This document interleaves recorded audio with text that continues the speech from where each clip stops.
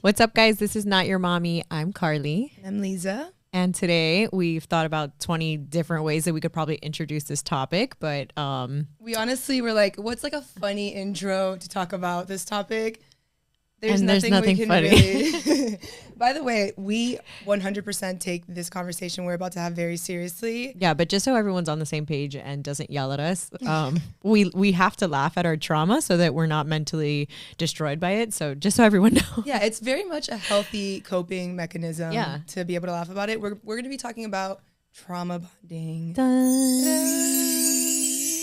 You guys want me to give a little definition? Yeah. Okay. So we're professional today. We have a definition. We have the stages. We've done our research. And well, I think also too, we should cover why we chose to talk about the trauma bonding. Yeah, for sure. I mean, we came up with it together on the phone because we just felt that there's probably so many girls that are stuck in this weird cycle. Not even girls, just guys. People in general. Probably stuck in this really uncomfortable, weird cycle that when we started reading about trauma bonding for our own personal like, ding, ding, ding, ding, stuff, ding. I was like, wait a second, this has happened. That's exactly how it happens. And then we thought, oh my God, we should definitely talk about that on the podcast. And here we are. Yeah. And by the way, trauma bonding can be with a family member. Oh yeah, a partner, in friendships. It doesn't necessarily mean it's with your partner, your romantic partner. Mm-hmm. But for us specifically, we've never really jumped into this conversation with each other about our experiences with trauma bonding. Are you breaking up with me? No, I'm getting fucking deep with you right now. But yeah, we're gonna explore it. We're gonna say our stories, and I think a lot of things that we don't know about each other with these stories. I know, like surface level, but I don't really know everything that went on. Yeah. So, this is going to be exciting. This is my first time hearing Lisa's full story and Lisa's first time hearing my story. So, okay, let's jump into the definition because it's my favorite part. Is me being really serious and reading this Wikipedia. I wish you had a pair of glasses. Okay. So trauma bonding is a psychological response to abuse. It occurs when the abused person forms an unhealthy bond with the person who abuses them. And just so you guys know, we are not psychologists or therapists or anything, but abuse, and I know this for a fact, it's not just physical. I think people want to assume abuse means getting like the shit beat out of you, which is like, that's not funny. I know I just said that in a kind of funny way, but it's okay.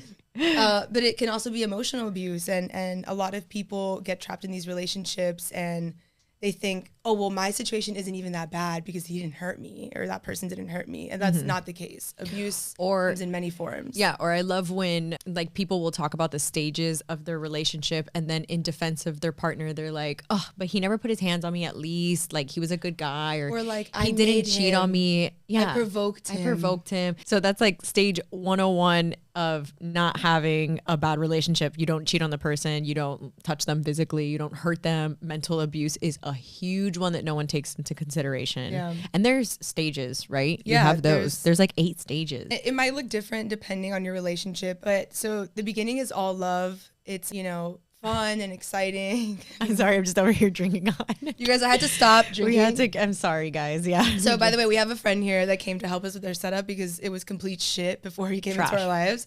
And he made a comment like, you're going to drink beer before the podcast, you're going to be burping. And I'm like, well, I don't know how to burp, so that's not going to happen. But I'm like holding down. Now she's just uncomfortable. I'm holding down the bubbles right now. Tragedy. So the stages. So you have all love, and then you have the gaining trust and establishing dependency, which I don't know about you. You're not like this, actually. I give away trust immediately. No. Immediately. I give it to them. Immediately. Which is really, it's a very slippery slope in doing that. Then you start shifting to criticism, which then leads to gaslighting, right? Now someone knows the weaker parts of you, and so it's much easier to gaslight someone. Like, for example, me, I hate the word bitch, and it's just that word is a huge trigger. So I've told you before about how I had an ex call me a bitch for the first time, and he was driving, and I literally saw red, and I remember sticking like my heel into his face while he was driving. I would never do this now, by the way, like ever.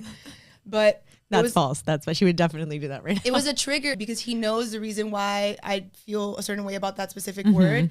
And we're in the heat of an argument, and he's like, you know what? You're just such a fucking bitch sometimes. And I was just like, he kicked me out of the car, by the way. I would have too. What the fuck? Okay. Stage number 5. So then it's resignation. And then that leads obviously to loss of self. And then that's when you get the emotional addiction, which is what we were talking about, right? you get addicted to these highs and these lows because sure, you feel sadness, but you also feel excitement. You feel comfort when it's good. And that excitement, to go back really quickly, like breakup sex is probably one of the best forms of sex. Well, we have a different word for it. What's our word? Hates. Oh, yeah.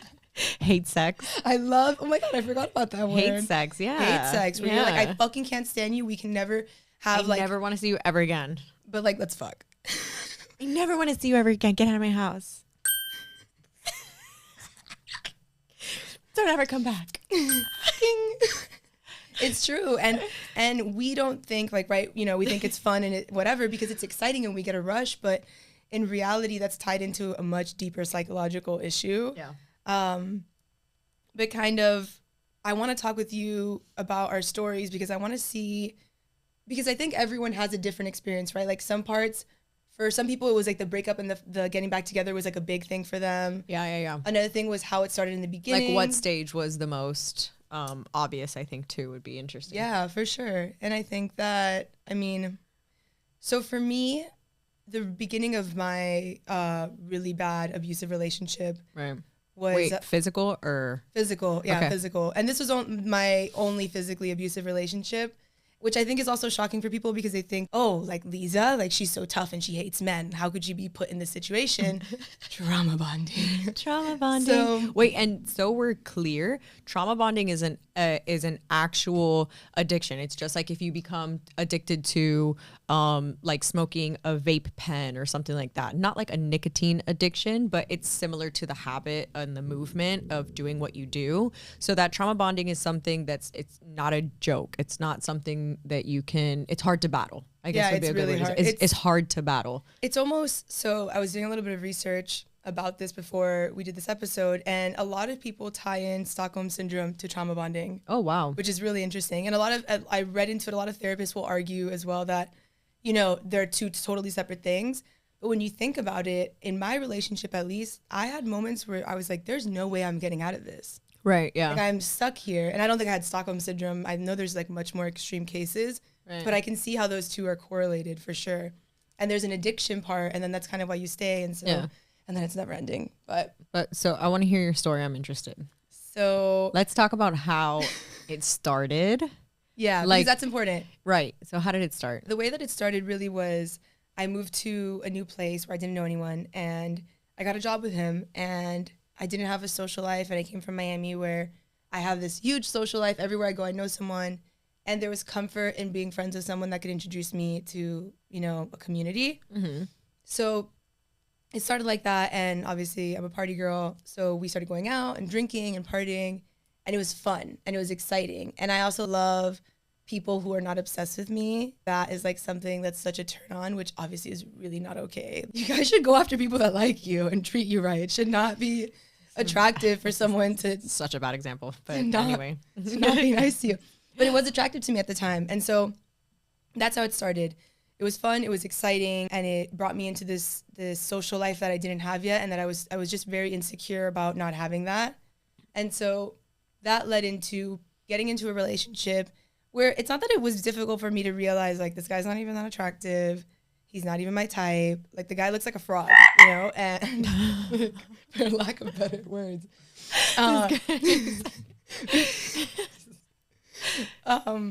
But I was aware of all those things, but I was still so scared of being alone, which was an insecurity of mine, and not being part of, like, a group and stuff, that I was just like, all right, this will do, which is fucked up. And so fast forward, the partying was getting really intense. We were going out like 4 or 5 nights a week, and that was very much the culture at the time there, or still is.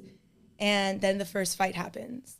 And the first fight, I don't know about you, there was microaggressions leading up to it where there was always like little backhanded things, right? I remember he would say, you don't speak English well. Like, you speak English well, but you say things wrong. And I would be like, what do you mean? He's like, oh, it's not get off the car. It's get out of the car. Things like that I was just like, oh man, like, I'm sorry. Yeah, I guess I said that wrong. I should speak better. Right. Little things, like little jobs. And slowly then picking away at, you know, me, like, yeah, I remember him being like, no one's graduated from college from your family? And I'm like, oh no, I would be the first one. And he's like, wow, that's crazy. You know, like little things. There's little things that started making me feel insecure and unsure of myself. And I was already super insecure with myself.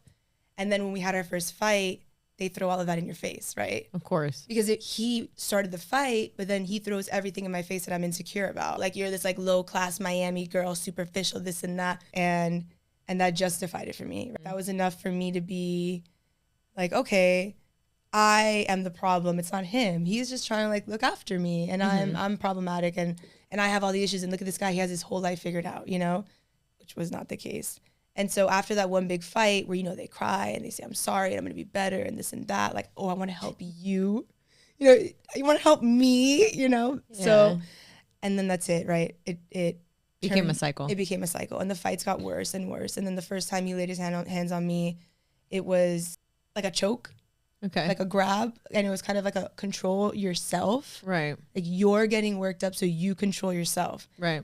And so then the next day I justified it, right? Because I was like, oh, I was drunk, I was out of control, whatever.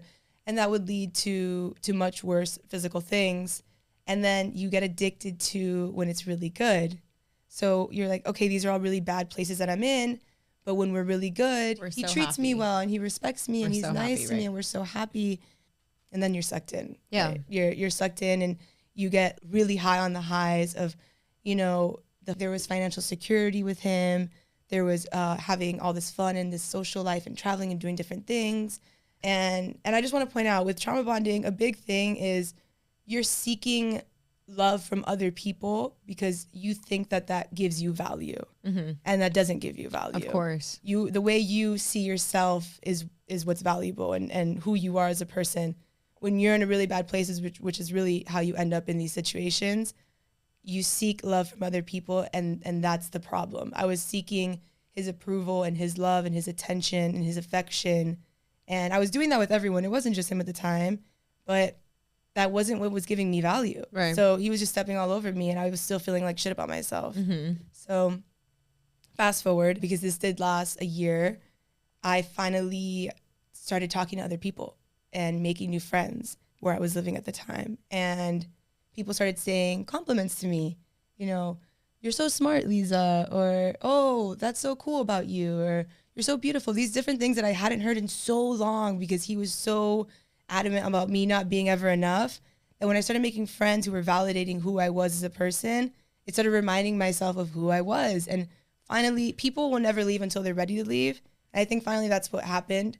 I started becoming secure with who I was, and that fog, because really that's what it is, it started fading away. Right. And I started seeing the frog that I was fucking, because I was fucking a fucking balding frog. And and so once the fog went away and I realized what was going on, I was like, okay, what are the steps that I'm going to take to get out of this? And I'm forever grateful for a girl that I made friends with at the time. Her name's Sandy. I love you if you're watching this.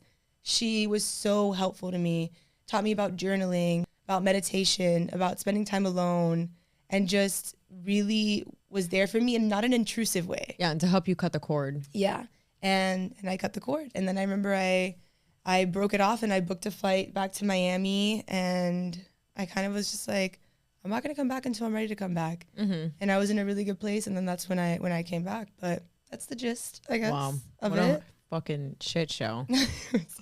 What a shit show. That shit aged me like 10 years, by the way. That's why I'm filled with filler and Botox. That's why your voice now. is so deep. That's why my voice all the screaming. All the shit. Fucking screaming. It's true though, but it serves something, right? We always talk about this, that if you didn't learn something from it, then it kind of maybe was a waste, but I learned something from it. Absolutely. So yeah.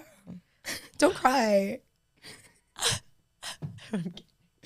But I want to hear yours, because the cool thing, and it's not cool, it's terrible. This is horrible. I can't believe she used the word cool. Not the cool thing. Where we bond about this is you have a totally different example, but I think it's so valuable to say your story, and I want to hear more about it, because we're two different extremes, and they both are trauma bonding, and they both are really terrible, terrible relationships. Yeah, so Lisa's was physical, and then mine was mental, which is...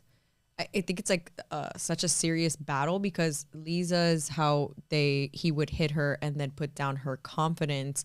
Mine was also just like a grenade in my head. It was like, you know what I mean? It doesn't make sense. And then it was a lot of confusion involved in the whole process. And then the whole time just thinking that I'm completely invaluable as a person. And questioning even like my family and stuff, it gets super chaotic, which is something that we spoke about in one of the stages, you know, where they try to like isolate you from your they family. Alienate you. Yeah. And so that's the kind of thing where you start just, you know, questioning, you know, I don't belong with these people, I belong with this person, you know. Where did it start? Because you had I didn't have a pleasant start. I should have known from the jump it was going to be bad, but I was so in love. You were. We had a cute ass relationship. I was so head over heels. I was like, this is my best friend. And everyone felt that too around us. I remember all of us watching everyone relationship. Everyone seriously was like, this is goals, best friend. I love you guys, whatever. And what people don't know is the intense chaos that went behind the scenes of it all. Yeah. And it was a whole lot of cheating, which kind of, I think, was the biggest thing that put down my confidence, was because he would tell me all the time, you're enough and all this other stuff, but he would still continue to do it. So obviously I didn't feel like it was enough, you know? But it started off beautiful, happy, like any relationship, and filled with a lot of love. And I got my first red flag in the story that you kind of know a little bit of details about. Wait. The Uber one? Yeah, the Uber. Okay. What a dumb motherfucker. This is so bad. All right, so a lot of people are going to fucking panic when I talk about how this happened too. Yeah. How this unfolded. So I was talking to one of my girlfriends on the phone, and all of a sudden I got a notification, and it was an Uber request, right? So I was like, no way, because I'm not going anywhere. This is really weird. It's wild. And I then realized that this person left themselves logged in on my iPhone, and that now I'm able to watch their every move that they make. Pro tip. Put his login in your fucking Uber. Or what is it? Put your credit card in his Uber app. Yeah. And every time it's charged, take the charges so you can just have a little more insight if he's cheating on you. So toxic. I'm broke, but I know he's cheating. That's the problem, is that even though you get all this information, you're still not going to do anything about it, which is why this episode is so important for you to listen to. Help us help you. So the first thing that was the red flag was that he had told me he was going out with like his friends that were from a different area, but he had stopped on the way at someone's apartment that was not in that same group. So I reached out to him and I said, hey, are you stopping at anyone's house? You know, like, are you going out with anybody else, or it's just, you know, those boys? And he was like, no, just them. I'm on my way to Wynwood now, but he was stopped. So I was like, this is fishy. And I knew whose apartment it was too, so I knew that it wasn't wrong, because there was a piece of me too that tried fighting it in the beginning. Of course. And my girl on the other line, she's like, girl, don't fucking say shit. There's always that girl. Let him make his bed. Like, let it ride. I wouldn't have let it ride, honestly. No, honestly, I was like, the only thing that I was considering doing was getting dressed and going. But when what do you mean? When he was there, because I was considering like getting dressed and pulling up in Wynwood and watching him all night. But I told myself... We still have our friend here who helped us do the video setup. I just like oh, wow. So anyway, I considered that. And then I told myself I'm not going to do that. And immediately I have a very queasy stomach. I just started getting really nauseous. I was vomiting. I was stuck in the bathtub. That's like a thing that if I have warm water on me, it calms my stomach nerves. Same. And when I shower, it helps me. Yeah. Aquarius things. So I end up seeing that he's getting a lift from Wynwood, and now he's going to this other place, and I'm stuck in between what two places it is, because you know how Uber doesn't let you off like wherever. Yeah. I get a text from a homeboy of mine. Not of his. Of mine. Outside of it. Of mine. A little. Like a sneaky link? A sneaky link from back in the day. Wow. And he tells me like, yo, I would never do you like this. Dude, guys love sending those messages. That's the thing, is you don't understand. Guys enjoy to catch you. Yeah. Guys are like, look, like there's a dumbass you pass me up for. He's out here playing you, but I'd be treating you like a princess. With like 3 girls around him and strippers. He was with girls and some of his other boys. None of them were the boys from the group, right? So I let it ride. Then 30 minutes later, he hasn't left that place yet. And I know now he's at a strip club, right? Yeah. He hasn't left the place yet. Wait, which strip club? No, I can't tell you. But he sends me a text 30 minutes later and he goes, I love you, baby. I'm so happy that we're together. I hope you sleep with the angels. Shut the fuck up. I swear to God. Angels? I was like, yo, Satan himself is in the house. I was so livid. Honestly, I was livid. So wait, I sat there. And by the way, Carly, just to like give this context, she's just watching a map of Uber. I'm just watching Uber maps. Her boyfriend, I'm just staying quiet, but I'm in like a stray jacket in my house. Like, what did you write back to him? So, well, I didn't write back anything. No. Good night, Danny. No. I stayed quiet and I was like, let's just see how bad this gets. Mm-hmm. It's 3:00 in the morning. Uber gets pinged from that location back to his friend's house. And then from his friend's house, it was like a lot of time had gone by and it's 5:30 in the morning. So he's fucking someone. Yeah. 5:30 in the morning and then a ping comes through again and it's Uber. So he's getting an Uber and I start calling. I'm like, this guy's on a world tour. I go, this is it. This is my moment. I'm putting my jeans on. Like I was like, this is. Wait, did you call any friends or you're just going to pull it by yourself? No. I couldn't. No one would answer because it's 5:30 in the morning. Yeah, but true, I was calling my girl back because I was hysterical. And I'm just thinking like, what do I do? And so nobody was there to calm me down. So I put clothes on. I was like, that's it. I'm running out. The jeans, dude. The notification was to his parents' house. So I was like, that's it. I'm pulling up there just so that he can come home and look stupid to my face, right? Yeah. And then it says address changed, like edited address. And it's to a house that's by his parents, but like not his or anybody that I know. So I put it in my GPS, like in my Apple, and I'm driving my car there. And I pull up, I turn the corner, and I pull up and I see the back of his head in an Uber and a bitch right next to him. And then this dusty, crusty hoe gets out of the Uber, pata sucia, without shoes. Why the fuck didn't she have shoes on? Without shoes. Oh, because he's probably fucking her in the car. I texted my sneaky link from the strip. I'm like, you're right, daddy. You would never do me like this. She wasn't even wearing shoes. Like... Bro, he was probably fucking her in the car. For sure. No, at his friend's house. Like, why he was in an Uber. He was at his friend's house. So he was fucking at his friend's house. I just really want to dissect this for a second. She got in an Uber. If you're listening to this podcast right now. And you're that bitch with no fucking shoes on. You a fan, baby. Yo, but no shoes in an Uber is confusing as fuck to me. That's why I just wanted to like explore that. So whatever. She gets out and I think to myself, like, it's not even worth it. I had such a good job at Lexus at the time. Everything was going really good in my life. And so I just was like, thank you, God, for teaching me that. Yeah, about you can't go swinging on a girl. Yeah. I do a U-turn. He stands in front of my car like, no, don't go. Like super emotional.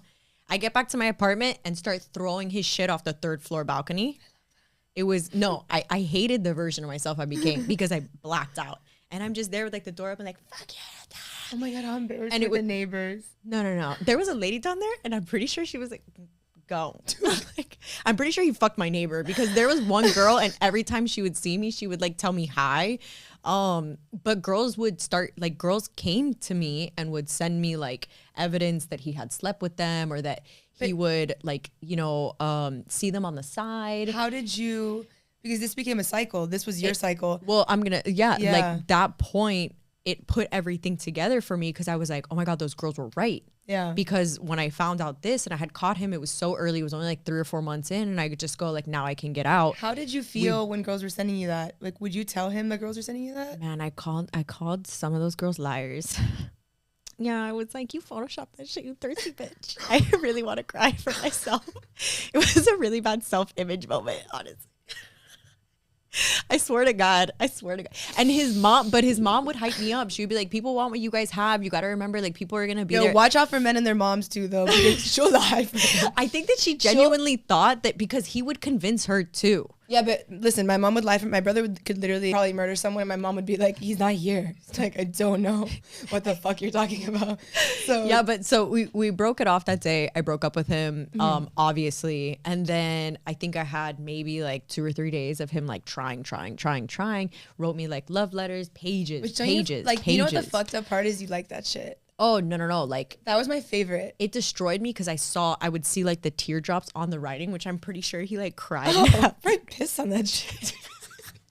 Shook his dick on the fucking paper. Fucking piece of trash. So anyway, I would see the love notes. I would see all these things, and then finally one day he had just caught me in probably my most vulnerable, where I really felt like he did that because of me and that I wasn't good enough. And so now him coming back to me to give me this opportunity, like I swear to God, I never want to do this again, and I don't want to be with anybody but you, made me feel like there's a possibility he could change. Yeah. And then that's how the cycle started. Because we always think we could change them. Right. And no matter how many times, like obviously you didn't just get hit once, you know, No, it was same way where like I didn't get cheated on once, or the other array of bullshit that happened. Yeah. But then that's how the cycle just continuously spirals because there's nothing like that feeling. Yeah. And when you are that low, when you're at the really low place, you get tired, right? Like you're kind of like tired of fighting. Worn down. Yeah, you're like worn down. And so after those 3-4 days, maybe sometimes it would go a week that you wouldn't talk to them. It fades. And then you're kind of like, okay, I miss this person. Did you ever get this weird sense of security ?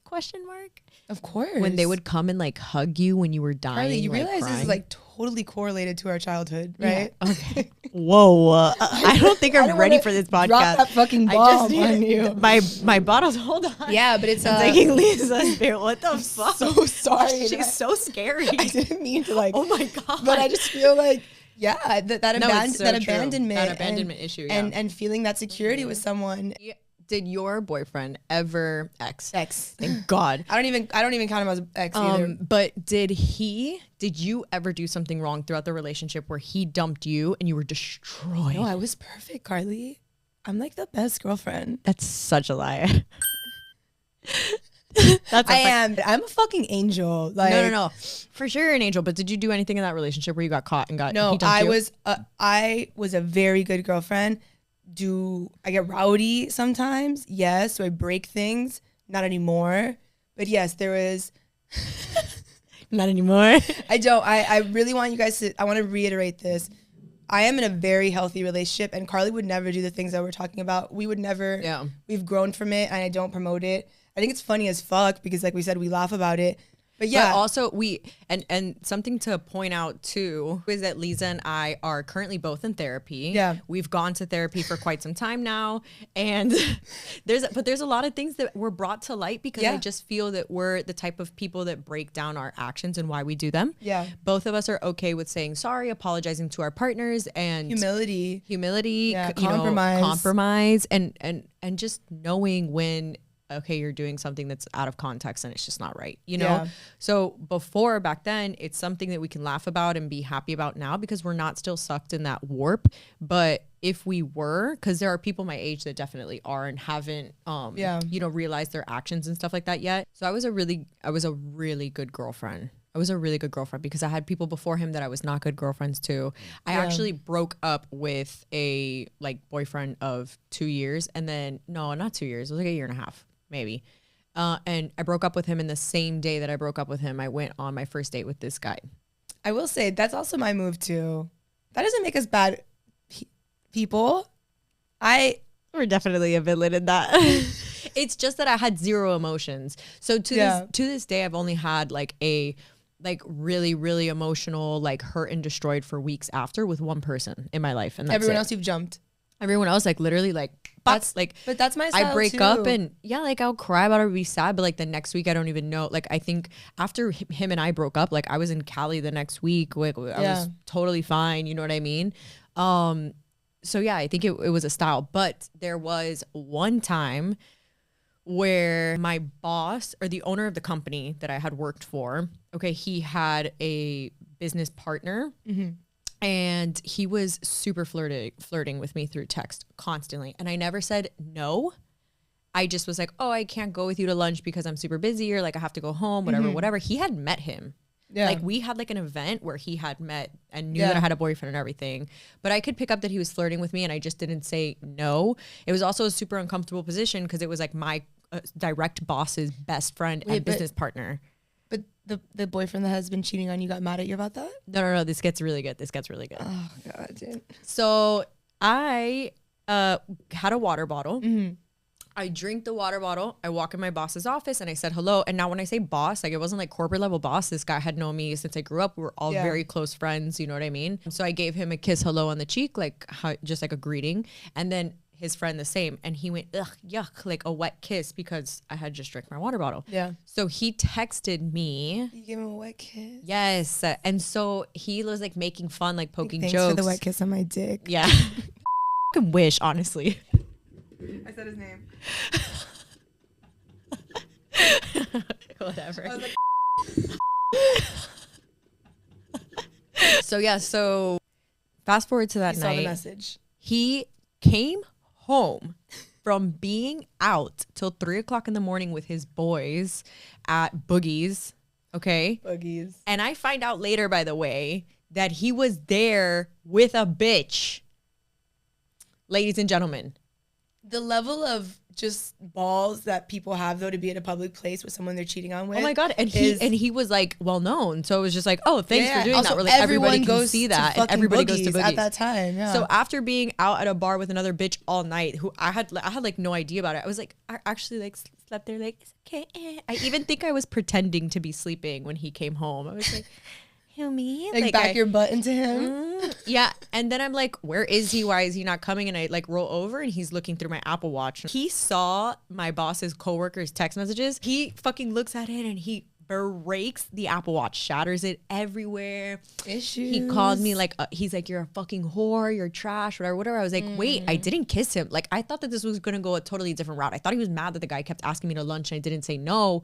Then I put two and two together. This looked really bad. You know what I mean? Do you think he took that moment to manipulate you to kind of clear himself out? Oh, for sure. He probably was super happy. He's like, ding, ding, ding, this is perfect. That's why I asked you with yours, was there ever a time that you did something wrong? Because he made me feel so ashamed of my actions for like 24 hours, pure vomiting, couldn't eat. I was like crying hysterically. Like such a good girlfriend. And I'm such a good fucking girlfriend. I'm so loyal. Like the romantic stuff I would do, like the gifts and the amount of effort that I put into a relationship is honestly unmatched. Like it really is. It really is. Honestly, the amount of effort. Carly like gives me coaching tips. Yeah, the amount of effort that I put in these bitches, and all y'all are some motherfuckers. Yeah, no, okay, okay. Yeah, so I felt so bad that when we got back together after that, it was like the trauma bonding was times 10. Yeah, because now I had this low moment that now I had to make up for that, and holy shit, it really fucks with your head. And it really is, now that when I think about it, that feeling was addictive. It was. Of the chase, of grabbing them and having them back. And then like,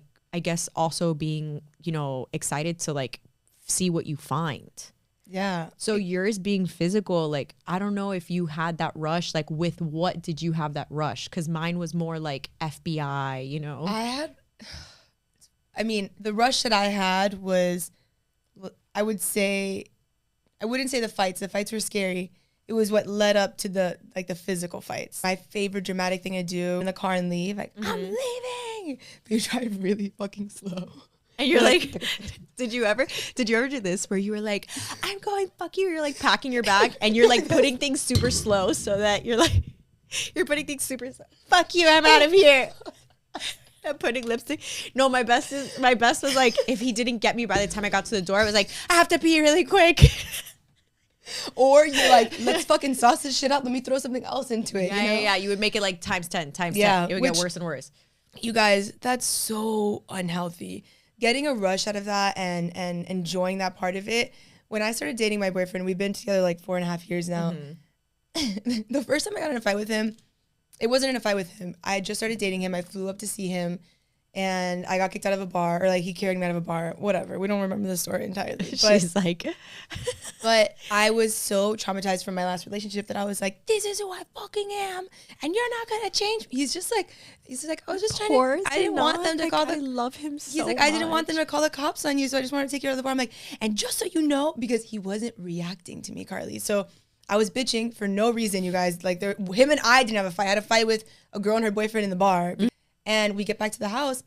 So I'm like, let's turn this shit up a notch and see if he reacts now. But there was no reaction from him, which is very healthy. And I just didn't understand it. So, which that took a lot of time for me to get. It took a good, year to understand that that's not the way people communicate or argue. Yeah. Our arguments now are like, so that's how you feel? I'm really sorry you feel that way. I'm going to leave though, because I don't feel that way. Yeah. You're annoying me, but I'm sorry you feel that way. Or like, can we sleep on this and we'll just pick this up in the morning when we both calm down, or, you know, I need to go for a run. I'll take a break and I'll assess this when I get back. And that's so fucking hot too. I always thought that like really good sex had to be from arguing or passion. Oh my God. But there's nothing like love sex. Oh no, wait, that's not where I was going. No, I think that there's nothing like when you are, I don't know, happy and it's just very loving and like beautiful.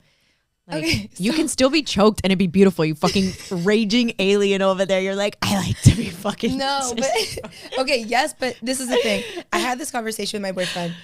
He very much views he doesn't view sex exactly like me, but he views sex as fucking. Right. He doesn't think that it's like this moment where you're sharing love and whatever. Yeah. I don't. I think it's definitely more intimate. I think most women will say that. I think it's a healthy border. I think it also depends on the person and what stage of the relationship you're in. But like you were saying, it's not so much of the love as the security. Right. Right? Because my sexual awakening was with him. Yeah. It was like the first man. Maybe that's why I'm still like with him. Honestly, the sexual awakening that I had was because I felt so secure with him that we could do anything. That's a better word too, because like I think that what I mean is like, not I love you. But that's what I'm saying. I don't mean like the slow, passionate. I mean like which just is like good. Security and like love and like where you can just feel comfortable to do weird shit and like no one's gonna judge you, where you could be like, let's try this, and they're happy about it. Which, guys, by the way, you for sure, if you have a girlfriend at home or like whatever,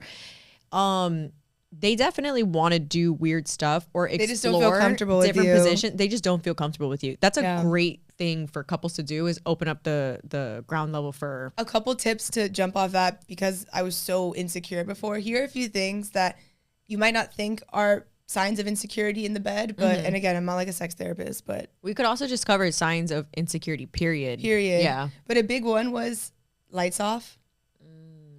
I had the lights off all the time. And I was way more like in shape back then than I am now. Now I'm like broad daylight, where do you want to go? You know, but back then it was like lights off. I would sometimes do this really weird thing where if like there was a pillow kind of like here and the guy wanted to look at me, I didn't want to have an intimate moment with him like that. So I'd go like this.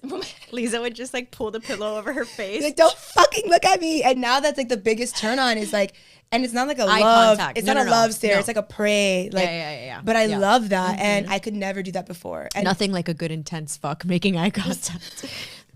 But it's true.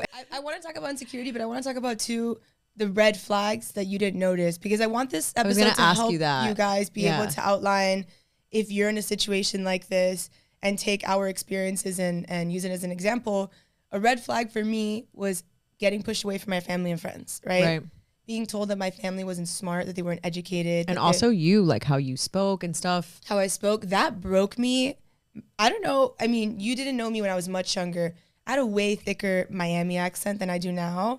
My accent was fine-tuned while I was with him, because I was so insecure that I couldn't, enunciate or articulate properly, that I worked on the way that I spoke. And now I think I have the most American accent compared to all my friends. Like, we all sound so Miami, but now I feel like I sound the most Americanized almost. And it was because I was so insecure of how he told me that. So pushing you away from your friends and your family, pointing out your flaws, because your partner should never point out your flaws. They love about you. And embrace your flaws, you know? Yeah. Zinad loves that I am chaos. It's annoying for him because he has to fix a lot of things for me a lot of the times. But he also thinks it's funny, you know? He's like, that's so cute that you're a fucking mess. You're a fucking psychopath. So that's one. What were some for you when it started? Not already when it was really bad. Very subtle things that people would hear and be like, maybe that's me. I think that one of the biggest red flags was, I think that he went out of his way to talk about how none of his relationships had made it past a short period of time. It was like insanely short period of time. Yeah, exactly. And a lot of his friends and family would joke with me about that also, which always put me in fear. And that was the first insecurity feeling. And I think that obviously you're not going to have someone joking to you about that, or I don't think so. But there was like one thing consistent that he would push over and over again, which might have been your accent and stuff like that. And I honestly think just the insecurity was the biggest red flag, because I remember feeling to myself, in no relationship did I ever feel less than. I was always equal to or more, sometimes to the point where I had boyfriends who were like, I mean, gorgeous, that would put me up on this pedestal. I would almost be like, stop, like blushing, but I wonder, you know? did you, so again, this is where it's toxic, but you enjoy it, the cycle. I was always better than everyone that I was with, at least in my head, right? It's like still to this day. So many people are going to listen to this like, I'm that bitch. But that's exactly how you should feel. But no. Not, you should not feel better than, equal. but I'm saying you should feel as confident as how you are now. Everyone that I was with leading up to that person, I was better than them in my head, right? I had the upper hand. I dumped every person. I did everything my way. When I got to him, I wasn't good enough, similar to how he told you, I've never made it past this point with a girl. And that was a game. Right. Because again, going back to your value, I'm measuring my value with how many people are obsessed with me or like me. Dude, I don't know what it was that I think I felt so low that almost felt like an achievement. And did you have another? Yes, it did. It felt like you made it. But did you also feel scared because you built all of this to then end it? That was a big fear for me. It was, everyone knows we're together and we have photos up and we did these trips or we have this plan. Especially with my circumstances. Yeah, you guys were on social media. That was the couple, you know, you made funny videos together. Everyone knew you guys like that. That was something, and I hear this a lot with all of my friends, is we have too many things. Our lives are too immersed to leave each other. We had a bank account together. Oh my God. I had to have him meet me at Bank of America in front of the lady, and I was crying, and we had to sign and split our accounts. We had phone bills together. We lived in a place, we had a joint lease for a unit. We had a car. Yeah, and a part of you that breaks you down is, am I gonna really go through this whole mission with somebody else? Is it really that bad that I have to do all of this to get out of? That's how I felt too. I was somewhere else, you know. I had only a few family members with me at the time where I was living. Yeah. And I was so immersed into this life that I'm like, am I really gonna get out of this all now? It's such a mess to do all of it. Is it really that bad to leave this? I have a question. So when did you end it? So I ended it when, this is the perfect timing. And this is why I always enforce people to have their own lives when they ask me for advice, is go do your own thing, go on trips with your friends, go have girls' nights, do whatever, because that helps you so much get out of that situation. I got a job, and I had originally a job. I got 2 other jobs, and I started making new friends. I started getting invited to places without this person. Right. And the second, Carly, that they pulled me away from him, the second I wasn't with him, and I think he knew that, right, in hindsight, that's why he never let me be on my own, everyone talked bad about him. The second I was pulled away, people started saying, what are you doing? Like, what the fuck are you doing? Yeah. And then it started coming into my head, and I started making more friends and I started diving, which was really fun, and exploring diving. And I just started having my own life. Yeah. When you have someone, it's not necessarily trauma bonding, but when you have an abuser, they trap you in this life, in their home, in their life, like live with me, their friends, their family. It's all there, so they have control over you. Where they can also control the narrative around their name. Everything. I remember, you want to hear how crazy this motherfucker was? He drove to the airport and said, "Get the fuck out of there!" Like, I was about to board my flight. He's like, "I'm here. Get the fuck out. Like, do not go to Miami," because he knew if I went to Miami, I would cry and tell someone, and they're gonna tell you, and they're gonna get in my head. And he was on the phone waiting, like, get the fuck out of, like, I had already gone through TSA. I was waiting to board.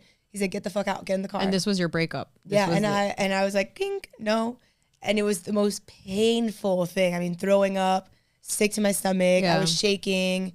And I remember on the flight, I cried, and the people next to me were just like, "What the fuck is wrong?" I was like, which again, for a fucking frog, bro. Yeah, so, it's crazy. Yeah, I think that was definitely my turning point when I started opening my eyes and surrounding myself with different people. That's a big mess up in relationships. It's not just about toxic relationships. You need to have your own life. You need to have your own identity. All even healthy, happy relationships. You need to have your own identity because it becomes much easier to tell something that's right from wrong. Yeah. When you're fully immersed in whatever that is, it's very hard to understand. Everyone was on his side. Mm-hmm. He had boys that knew he hit me. Yeah. And I remember crying to them and being like, how could you look at me in the face and know after what he did to me last night? And they'd be like, I don't know what you're talking about. Yeah, your friends are like the enemies or the makers of your life, because we don't have one friend that I wouldn't be like, yo, you fucked up, you're a dumbass, like you better fix that. Both of us are really strong like that. Yeah. But that's funny that you say that you surrounded yourself with other people, because, well, I lost all my friends when I got in this relationship. Yeah, that's also what happened. But I did gain some new ones. But his own boys warned you? They were trying to smash. But and also, yeah, like, no, some of them literally were married and would tell me like, what are you doing? What are you doing? Like with their wife next to them. Like, this is really stupid. Yeah. And then, yeah, so also like he had a friend who was a girl and I became really close with her, and she always talked me into going back with him. And then one day she was just like, I'm not doing this anymore. Like, fuck you. Like, you make me look stupid every single time. And she told him like, I'm actually a human with a soul. Like, I'm not doing this again. But when I started making new friends, and it got to the point too that like people found out my character, and then they started to love me so much they genuinely cared about my well-being. That's what happens. You forget you're that bitch. Yeah, yeah. And then people start coming around you and being like, you're so much better than this. But then you start having like other guys that approach you, and I ended up getting stuck in like just somebody's company I enjoyed through text. Yeah. And when he broke up with me, I like followed through and I hung out with this one guy. And yeah, when I was with him, I guess I started realizing like a different connection and seeing like, oh, I never really had this kind of thing. And then starting to doubt the relationship. And every time we would break up, I think there was 1 month we broke up at like 5 times. Yeah. Every time we broke up, I would go to him to spend time with him. And on the last time where I called it quits, he had looked me in the eyes and he's like, I love seeing your face, but I hate seeing you every single time like this, because I can tell you've been crying. Yeah. Like, I know why you're here. Yeah. And he just told me like, I think you should figure out what you want to do with that.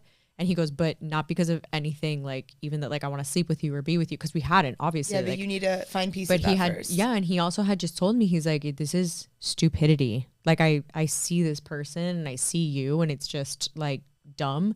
And also that people know what is going on, you know? He's making a fool of you. Making a fool of me. And so that's when I realized like, oh my God, even an outsider who like I barely know picks up on this and knows what's going on. Yeah. And I was just like, enough is enough. And then I called it quits on that.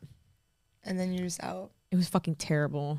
I actually threw a fucking remote control. I lost my mind. I left to my friend's house. It was a huge fight. And he texted me, I ordered honey chicken, come home.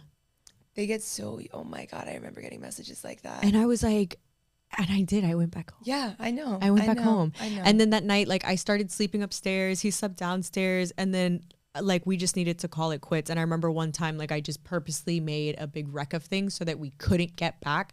Like got his family involved. I put his stuff in bags and boxes. I put it outside because that was like, this is the only way it's going to be cut. And listen, if you need to do that, then that's what you need to do. Yeah.